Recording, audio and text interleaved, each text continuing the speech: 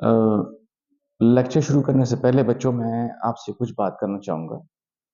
वो ये कि जो हम बचपन से रिवायती अंदाज से पढ़ते आ रहे हैं और अब का जो दौर है उसमें डिफरेंस बहुत ज़्यादा है।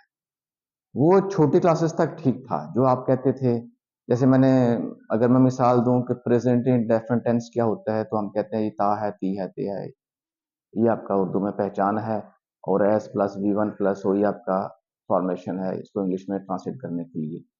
वो बातें ठीक थी, वो छोटे लेवल तक ठीक थी। अब आप इसको मॉडिफाई करो, इसको इसमें जिद्दत आ चुकी है और इसको आप आगे सीखें, मजीद इसको बेहतर तौर पर सीखें। वो जो ट्रेडिशनल्स हैं वो छोड़ दें। आप बड़े हो गए हैं, हम भी बड़े हो गए हैं, अब बड़ी बातें होंगी।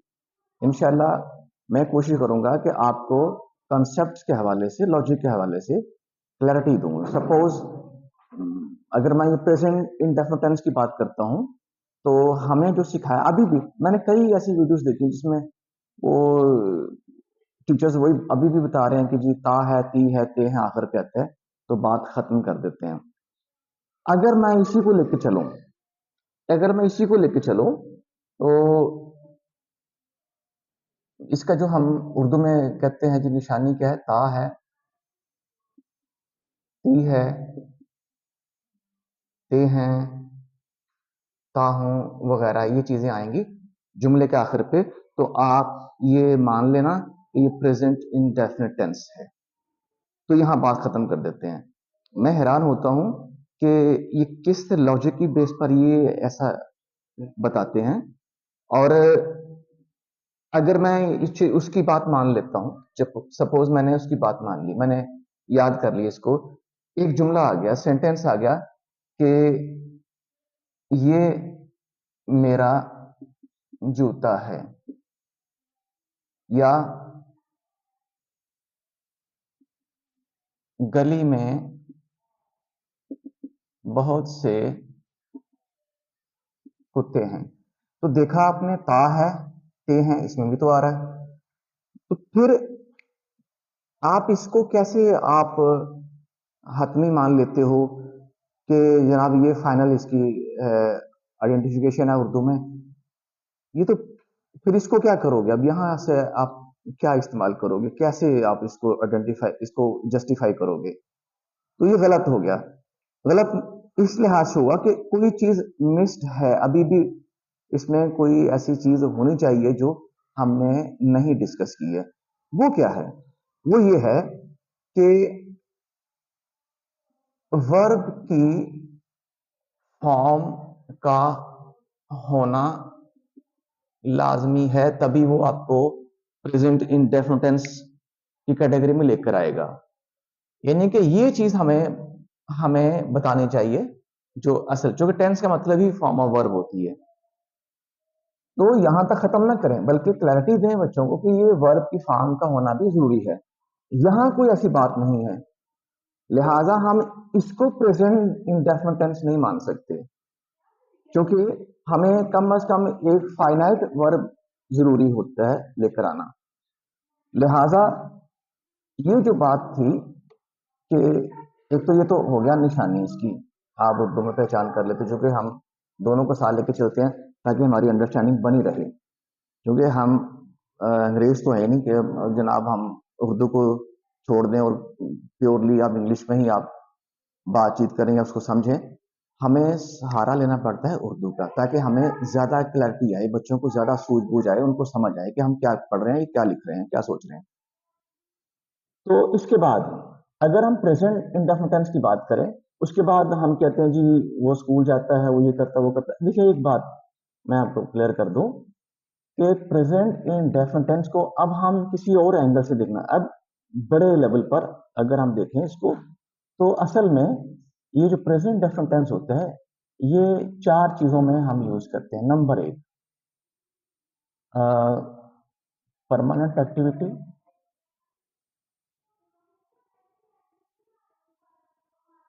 परमानेंट एक्टिविटी एक बात। दूसरी बात, habitual action, habitual action. Number three universal truth, universal truth. ये वो जगह हैं जहां पर हम प्योरली प्रेजेंट इंडेफिनिट टेंस ही यूज करते हैं। नंबर फोर, प्रोवर्ब जितने भी हैं वहां पर हम प्रेजेंट इंडेफिनिट टेंस। तो ये चार जगह हैं जहां पर हम permanent activity, habitual action, universal truth, proverbs, ये वो जगह हैं जहां पर हम प्रेजेंट। अब मैं एग्जांपल्स भी दे सकता हूँ इसके। एग्जांपल कैसे, जैसे अगर मैं इसकी बात करूं परमानेंट एक्टिविटी, तो the sun, the sun rises in the east. तो ये एक परमानेंट एक्टिविटी है जो जब से हम देख रहे हैं ये हो रहा है और होता रहेगा। और वैसे भी ये जो प्रेजेंट इंडेफिनिट टेंस है ये तीनों टेंसेस को कवर करता है, यानी प्रेजेंट में भी, पास्ट में भी, फ्यूचर को भी शो करता है। ये सारे तीनों के तीनों, इसीलिए इसको इंडेफिनिट टेंस बोलते हैं। तो परमानेंट एक्टिविटी हो गई। उसके बाद हैबिचुअल एक्शन है, यानी अगर मैं ये कहूं कौ, मैं ऊपर लिख लेता हूं, ये आपने नोट कर लिया होगा, मैं मिटा देता हूं।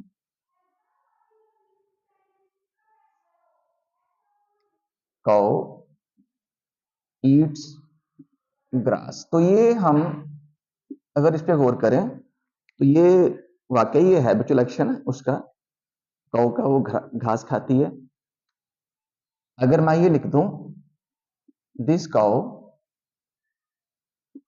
ईट्स ग्रास, तो देखें कि ये शो करता है कि ये खास गाय है जो ये काम करती है, बाकी शायद करती है कि नहीं करती है।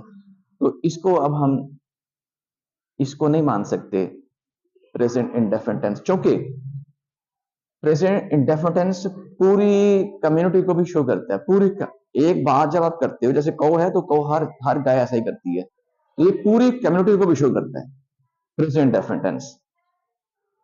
अच्छा, आगे चलते हैं। मैं डिटेल में नहीं जा रहा अभी, सिर्फ हम इंट्रोडक्शन ही दे रहे हैं।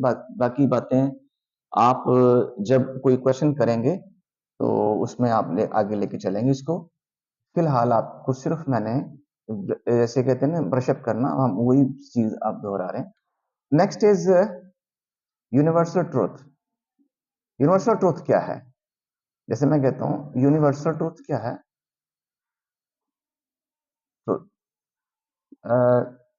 जैसे मैं लिखूं water freezes at 0 degree centigrade. तो ये आप जहां भी जाओगे ये वैलिड है। ये water boils at 100 degree centigrade, ये चीजें परमानेंट हैं, जहां भी जाएंगे ये यूनिवर्सल ट्रूथ है। ये इसको आप चेंज नहीं कर सकते, तो वहां भी आप प्रेजेंट इंडेफिनिट टेंस ही यूज करते हैं। इसी तरह हम कहते हैं नंबर 4 इज प्रोवर्ब्स। यहां भी हम प्रेजेंट इंडेफिनिट टेंस ही यूज करते हैं। जो कहावतें हमारी होती हैं उनमें वहां भी हम